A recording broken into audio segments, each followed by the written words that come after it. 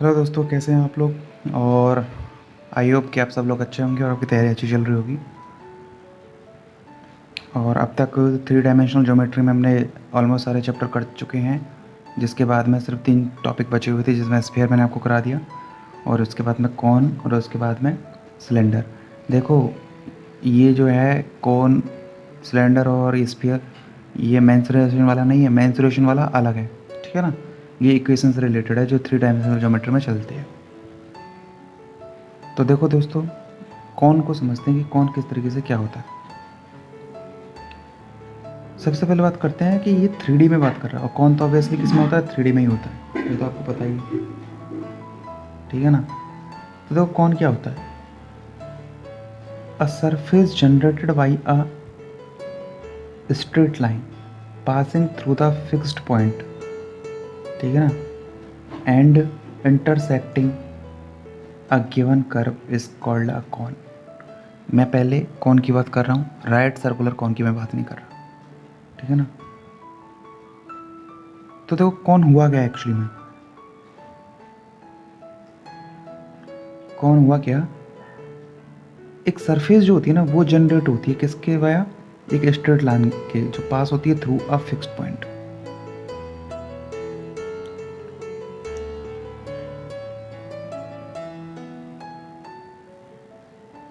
Surface generated by a straight line, और ये straight line कहाँ से पास होती है, पासिंग थ्रू फिक्स्ड पॉइंट,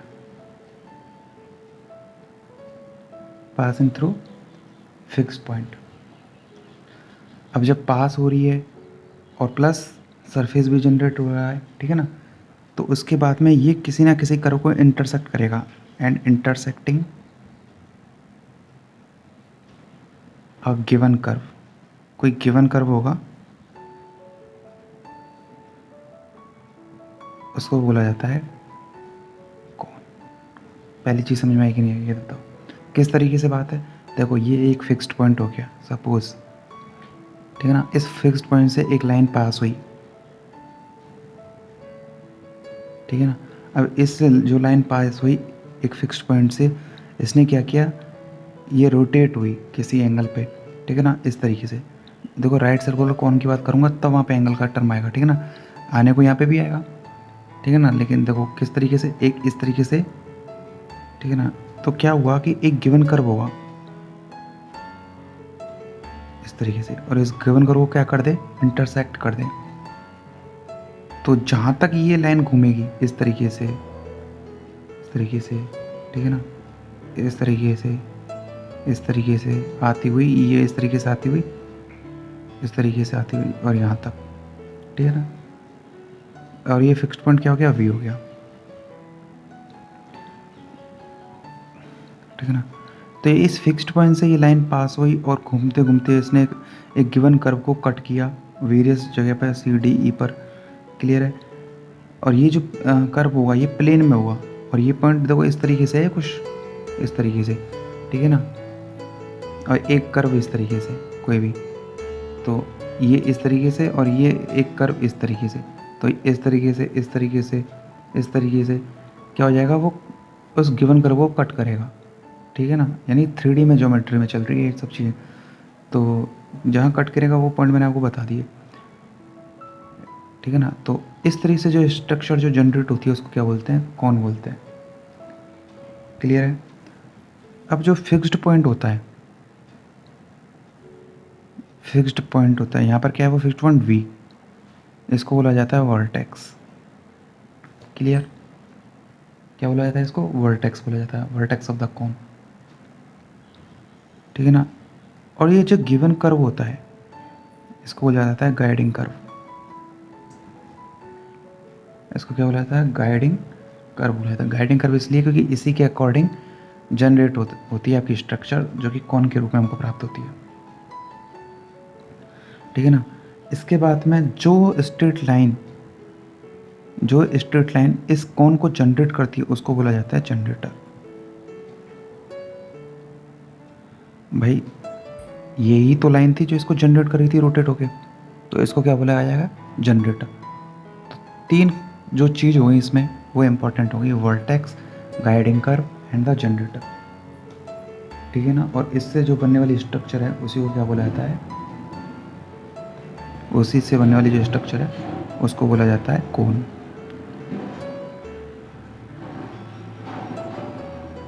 ठीक है ना। एक तरह से जो वी हो गया वो क्या हो गया, जनरेटर हो गया, क्लियर है। वी ए जनरेटर, वी क्या हो गया, वर्टेक्स हो गया। तो जनरेटर इसमें बहुत सारे हो गए, वी सी भी एक जनरेटर है, वी डी भी जनरेटर है, वी ई भी जनरेटर है, वी बी भी जनरेटर है, ठीक है। इनफैक्ट क्या है कि every line joining V to any point of the guiding curve is generator of the cone. Is it okay और नॉट? क्या कहा मैंने? एवरी लाइन ज्वाइनिंग वी, जो वी को क्या कर रहे हैं, ज्वाइन कर रहे हैं to any point of the guiding curve, इस गाइडिंग कर्व पर, इस सर्किल बोल लो उसको, सर्किल को, इस गाइडिंग कर्व को जो वी है वो एक सौ जहाँ पर भी ज्वाइन कर रहा है, जिस तरीके से भी इसको क्या कर रहा है, ज्वाइन कर रहा है, तो इससे बनने वाले जो जनरेट होगी वही क्या है, कोन को जनरेट करेगी। Every line joining V to any point of the guiding curve is a generator of the cone. Clear है? चलो इसके बाद बात करते हैं कि इसके इक्वेशंस के बारे में। देखो जो एग्ज़ाम में आने वाले, देखो दो तरीके से बता देता हूँ इस चीज़ को, कि एक तो जो एग्ज़ाम में पूछा जाएगा वो, और एक जो जनरल होता है वो। तो देखो एग्ज़ाम में जो आपके क्वेश्चन आएगा वो किस पे बेस्ड होगा, वो राइट सर्कुलर पे बेस्ड होगा, क्योंकि वही इंपॉर्टेंट है। तो उसको समझने से पहले यहाँ तक पहुँचना ज़रूरी है, ये समझ में आना ज़रूरी है, ठीक है ना। तो एक बार देख लेते हैं कि इक्वेशन ऑफ अ कॉन क्या होता है, कैसे फाइंड की जाती है।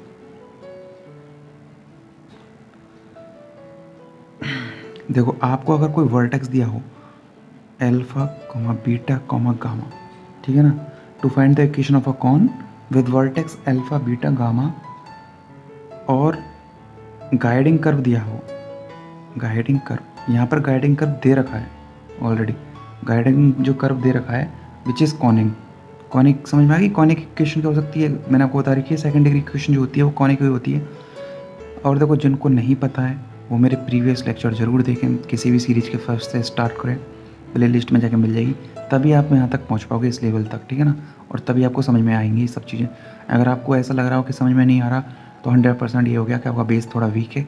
तो मेरे जितने भी लेक्चर कराए हुए हैं तो उनको स्टार्टिंग से ज़रूर देखें, ठीक है ना, जिससे आपका जो बेस है बहुत सॉलिड हो जाएगा, क्योंकि इसके बाद मैं क्वेश्चन ही कराने वाला हूँ ऑलमोस्ट। तो देखो equation of a cone find करना है, तो वी क्या हो गया, alpha comma beta comma gamma vertex हो गया, यानी फिक्स्ड पॉइंट हो गया, ठीक है ना।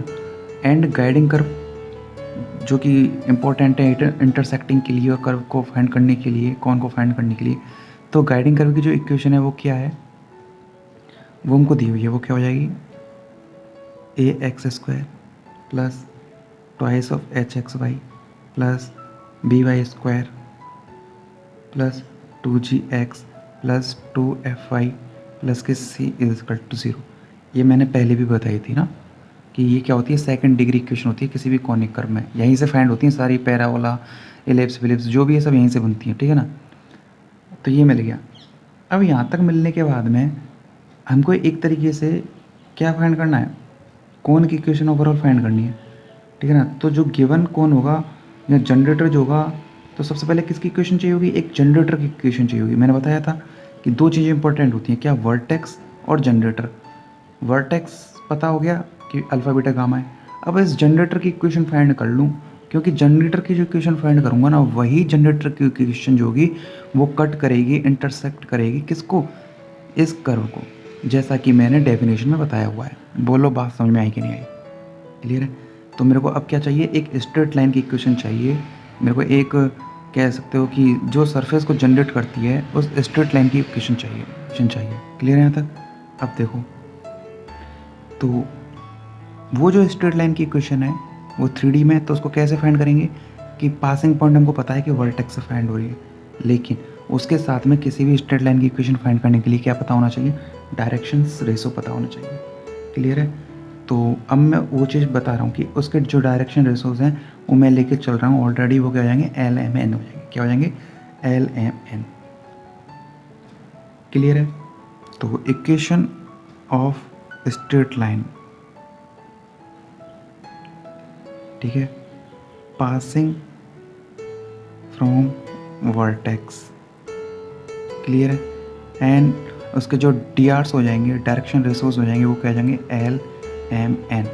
तब जाके मैं इक्वेशन को लिख रहा हूँ कि वो उस स्ट्रेट लाइन की इक्वेशन क्या हो जाएगी जो जनरेटर के रूप में है, एक्स माइनस के alpha upon L, Y minus के बीटा, क्योंकि ये पास हो रहे हैं ना इन, तो वाई माइनस के बीटा अपॉन एम, नीचे डायरेक्शन रेशोज आएंगे, और जेड माइनस के गामा अपॉन एन हो जाएंगे। बोलो यहाँ तक समझ में आएगी नहीं ये बात? बहुत ही सिंपलेस्ट वे में बता रहा हूँ दोस्तों इस चीज़ को, क्लियर है। तो ये दोनों चीज़ें हमें पता हो गई। अब बात करते हैं कि अब वो जो स्ट्रेट लाइन थी जो वर्टेक्स से पास हो रही है, वो इक्वेशन हमारे पास आ गई। अब यही वर्टेक्स जो लाइन है, जो स्ट्रेट लाइन है, जो कि जनरेटर लाइन है, वो किसको कट करेगी, इंटरसेक्ट करेगी किसको, गिवन कर्व को। गिवन कर्व क्या है, ये हमारे पास कॉनिक कर्व ऑलरेडी दिया हुआ है। तो क्या करेंगे, इस स्ट्रेट लाइन पर जो कोऑर्डिनेट हैं वो ले लेंगे, और वो जो कोऑर्डिनेट होंगे वो कहाँ सेटिस्फाई करेंगे, इस गाइडिंग कर्व को सेटिस्फाई करेंगे, क्लियर है।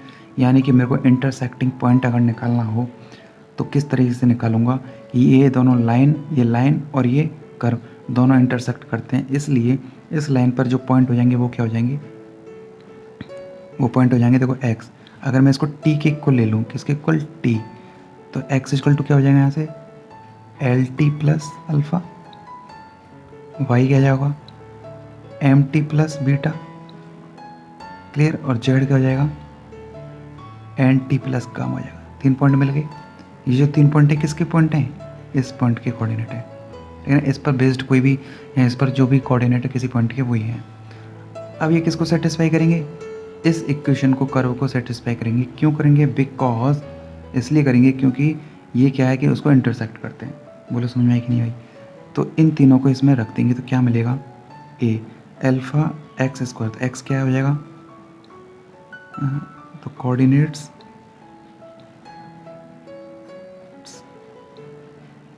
बाई 1, ठीक है ना। तो क्या हो जाएगा ए एक्स स्क्वायर यानी कि एल टी प्लस अल्फ़ा का होल स्क्वायर प्लस के ट्वाइस ऑफ एच एक्स क्या हो जाएगा L T plus alpha, Y क्या हो जाएगा M T plus beta plus B Y square क्या हो जाएगा, बी तो है ही, वाई स्क्वायर यानी एम टी प्लस बीटा का होल स्क्वायर हो जाएगा प्लस 2g एक्स एक्स क्या हो जाएगा एल टी प्लस के alpha plus twice of F, और वाई क्या हो जाएगा एम टी प्लस बीटा, और 2f(y) हो गया एम टी प्लस के बीटा, और प्लस के c इक्वल टू 0।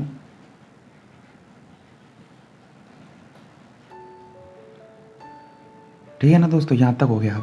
अब बात करेंगे, जब इतना सब कुछ हो गया तो यहाँ तक जेड का कोऑर्डिनेट तो कोई काम में आया नहीं, तो जेड कोऑर्डिनेट लिया क्यों, तो देखो इसी को समझाने के लिए मैं यहाँ पर रुका हुआ था। देखो जेड कोऑर्ड ये एक तरीके से यहाँ तक अभी ऐसे चल रहा था जैसे 2D वाला, तो 2D और 3D में कोई भी फ़र्क नहीं है, फ़र्क है सिर्फ एक डायमेंशन का, वो होती है जेड एक्सिस, क्लियर। तो देखो उसका यहाँ पे अब क्या रोल होगा, जो गाइडिंग कर्व होगी ना, उस गाइडिंग कर्व की इक्वेशन ये हो जाएगी 2f(y) प्लस के 0। क्या इस गाइडिंग कर्व में जेड की इक्वेशन है, नहीं है, तो मैं उस गाइडिंग जो कर्व की इक्वेशन है उसमें अगर जेड एक्सिस नहीं है तो मैं जेड एक्सिस को लेकर चल रहा हूँ 0, तब जाके इक्वेशन नंबर 1 है। बोलो क्लियर है, मैंने सपोज करके ले लिया, क्लियर, क्योंकि वहाँ जेड इक्वल टू 0 है, एक प्लेन में लेके चल रहा हूँ गाइडिंग कर्व को, क्लियर, तभी ये इंटरसेक्ट करेगा, क्योंकि एक प्लेन में तो होगा ही होगा, ऑब्वियसली बात है,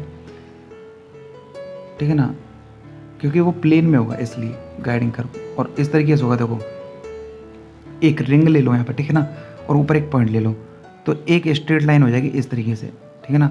अगर ये जो रिंग है, अगर ये प्लेन में है, अगर मैं कोई भी एक रिंग ले लेता हूँ, कड़ा ले लेता हूँ, तो इसको अगर मैं यहाँ पर रख दूँ तो एक प्लेन में ही तो होगा वो, एक पॉइंट यहाँ ले लिया वो वर्टेक्स हो गया, तब जाके वो स्ट्रेट लाइन बनेगी ना, वो होती है जनरेटर।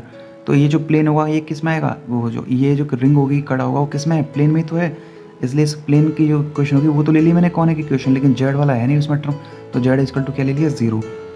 तो जब इस पॉइंट, ये जो पॉइंट है इसको सेटिस्फाई कर देंगे तो यहाँ पर भी जेड का सिस्टम आना चाहिए, तो यहाँ जेड का जो सिस्टम बनेगा वो किस तरीके से बन जाएगा, जेड इक्वल टू 0 मतलब, जेड इक्वल टू 0 मतलब एन टी प्लस के गामा इज इक्वल टू 0, ये बन के इक्वेशन नंबर 3 तैयार हो गई। बोलो ये तीनों चीज़ समझ में आई कि नहीं आई? मेरे ख्याल से यहाँ तक आपको समझ में आ गया होगा, ठीक है ना।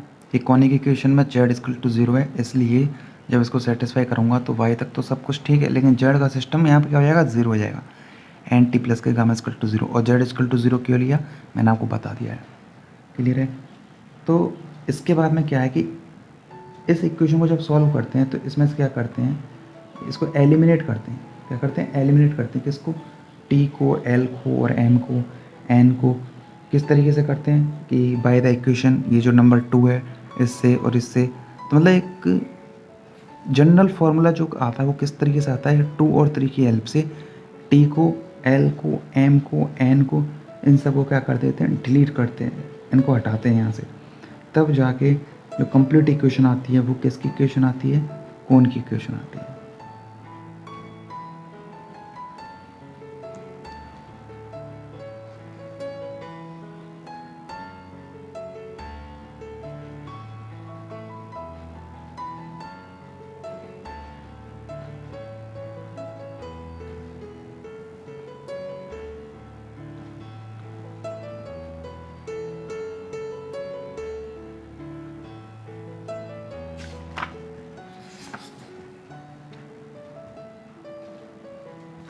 ठीक है ना दोस्तों। तो देखो इसमें क्या करना है, अब इस 2 और 3 की हेल्प से हम एल को, टी को, एन को, इन सबको क्या करते हैं, ऐसे रिमूव करते हैं, और फाइनल जो इक्वेशन आती है वो किसकी इक्वेशन आ जाएगी, कोन की इक्वेशन आ जाएगी। तो eliminating T, L, M, N from the 2 and the 3 equation we get, और हमको क्या मिलेगा, तो वो इक्वेशन मैं बस लिख रहा हूँ। देखो ये मैंने इसलिए कराया आपको बिकॉज अगर क्वेश्चन जनरल फॉर्म पे बेस्ड आ गया तो वो क्वेश्चन क्या करेगा, ड्यू टू ऑब्जेक्टिव क्वेश्चन होने की वजह से और लेंदी ना हो इस वजह से वो क्या करेंगे, y को 0 कर सकते हैं, z को 0 कर सकते हैं, किसी भी चीज़ को 0 कर सकते हैं, और इक्वेशन को छोटी बना देंगे वो, और उस पे इस पर बेस्ड, इस कंसेप्ट पर बेस्ड उस क्वेश्चन को पूछ लेंगे। इसलिए आपको सिंपली जो कौन का जो कंसेप्ट है वो समझ में ज़रूर आना चाहिए कि कौन बनता कैसे है। मैंने आपको बता दिया है किस तरीके से बनता है, कि सबसे पहले वर्टेक्स से जाने वाली एक लाइन जो स्ट्रेट लाइन होगी, जो जनरेट होगी, वो फाइंड करनी होती है, जिसमें डायरेक्शन रेशियोस पता होना चाहिए। इसके अलावा एक कर्व आपको दिया हुआ होगा, इन दोनों से क्या करेंगे, वो जो लाइन की इक्वेशन है वो फाइंड क्या करेंगे, उस पर एक पॉइंट मिलेंगे, उस पॉइंट के एक्स वाई जेड के कोऑर्डिनेट आएंगे, और उस कर्व को क्या कर देंगे, सेटिस्फाई कर देंगे। उसको सेटिस्फाई करने के बाद में जो इनसे रिमूविंग करने पर जो इक्वेशन मिलेगी वो किसकी मिलेगी, कौन की इक्वेशन मिलेगी, और वो क्या हो जाएगी, यहाँ पे मैं लिख रहा हूँ डायरेक्ट, a इंटू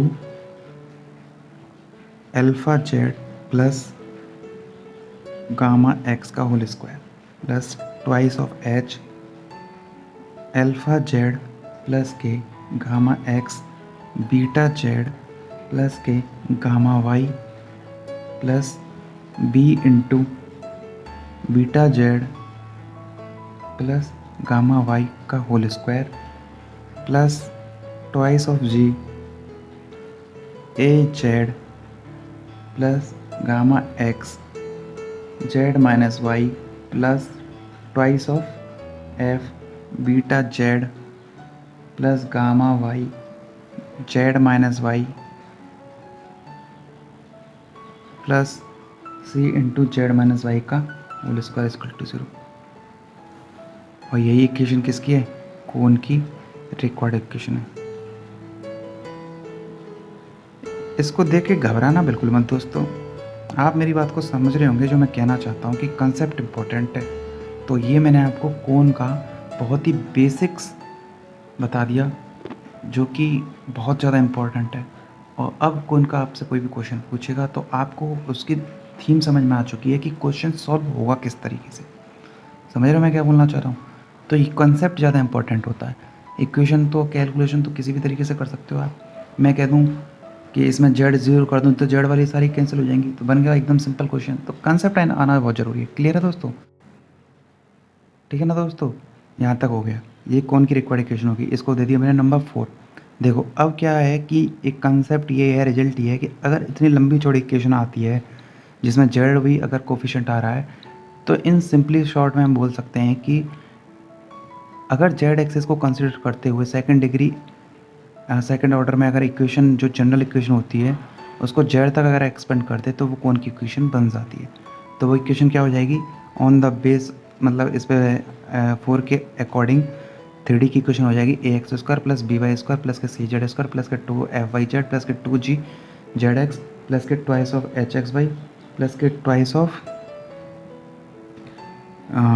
क्या आ जाएगा वी प्लस के twice of U X plus के ट्वाइस ऑफ वी वाई और प्लस के ट्वाइस ऑफ डब्ल्यू जेड और प्लस के कांस्टेंट टी इक्वल टू 0।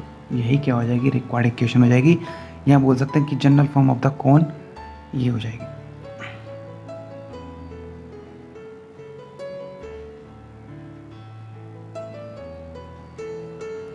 तो देखो दोस्तों, यहाँ तक यार आपको समझ में आया होगा। छोटी सी बात मिला के ये है कि देखो इसे घबराना बिल्कुल मत कि ये क्या निकल के आ रहा है, ठीक है ना। कंसेप्ट पता होना चाहिए कि कंसेप्ट क्या होता है। तो आगे देखेंगे राइट स्क्रोल कौन और इस पर बेस्ड कुछ क्वेश्चंस।